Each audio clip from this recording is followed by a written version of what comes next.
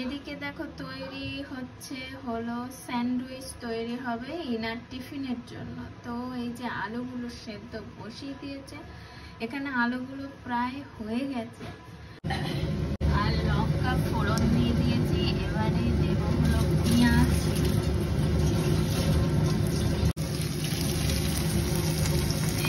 দেখো পেঁয়াজগুলো দিয়ে দিয়েছি। এবারে একটু হালকা ভাজা ভাজা হলেই আলুগুলোকে দিয়ে দেবো।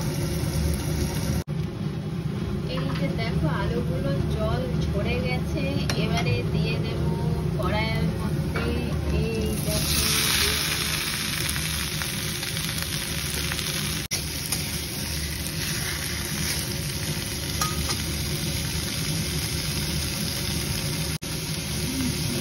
এবারে দিচ্ছি হলুদ গুঁড়ো, অল্প করে দেবো হলুদ গুঁড়োটা, বেশি দেবো না।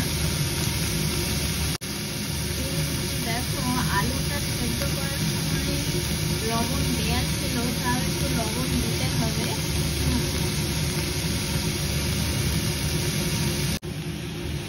এবারে দেখো দেবো হলো একটু লঙ্কা গুঁড়ো দিয়ে দেবো যাতে কালারটা ভালো হয়।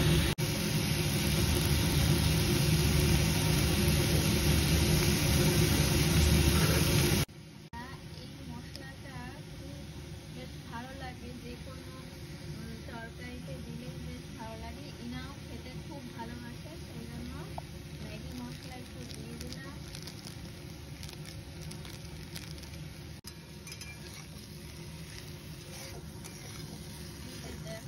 এবারে নেড়ে চেড়ে দিচ্ছি।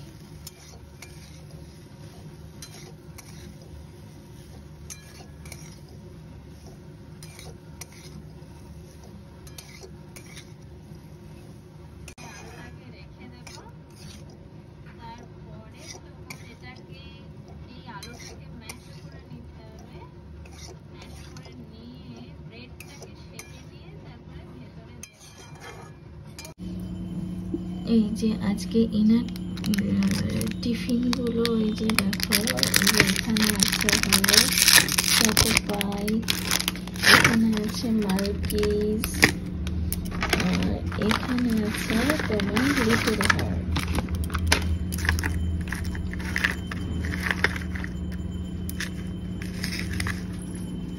যে দেখো এটা হলো শর্ট ব্রেকের জন্য, মানে ওদের দুটো ব্রেক হয়, একটা হলো শর্ট ব্রেক, একটা হলো লং ব্রেক। তো শর্ট ব্রেকের জন্য একটা ছোট করে টিফিন দিতে হয়, হ্যাঁ অনেকক্ষণ স্কুলে থাকতে হয়, সেই জন্য এটা হলো শর্ট ব্রেকের টিফিন। আর এই যে দেখো ব্রেডগুলোকে সেঁকতে দিয়ে দিয়েছি, এখানে হবে হলো স্যান্ডউইচ। ব্রেডগুলো প্রায় সেঁকা হয়ে গেছে, এবারে এগুলোকে কেটে নেব। এই যে দেখো ব্রেডগুলো এবারে কেটে নিয়েছি ট্রায়াঙ্গেল শেপে, দেখতেই পাচ্ছ। আর এই যে দেখো আলুগুলোকে ম্যাশ করে নিয়েছি, যে আলুটা তৈরি করেছিলাম সেটাকে ম্যাশ করে নিয়েছি। এই যে দেখো এইভাবে আলুগুলোকে তোমার ম্যাশ করে নিয়ে এর উপরে দিয়ে দিয়েছি। এই যে দেখো স্যান্ডউইচগুলো তৈরি হয়ে গেছে।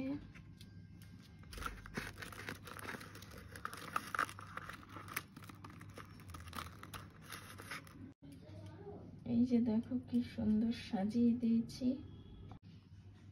এই যে আরেকটা টিফিন কোটায় দিয়ে দিয়েছি সস।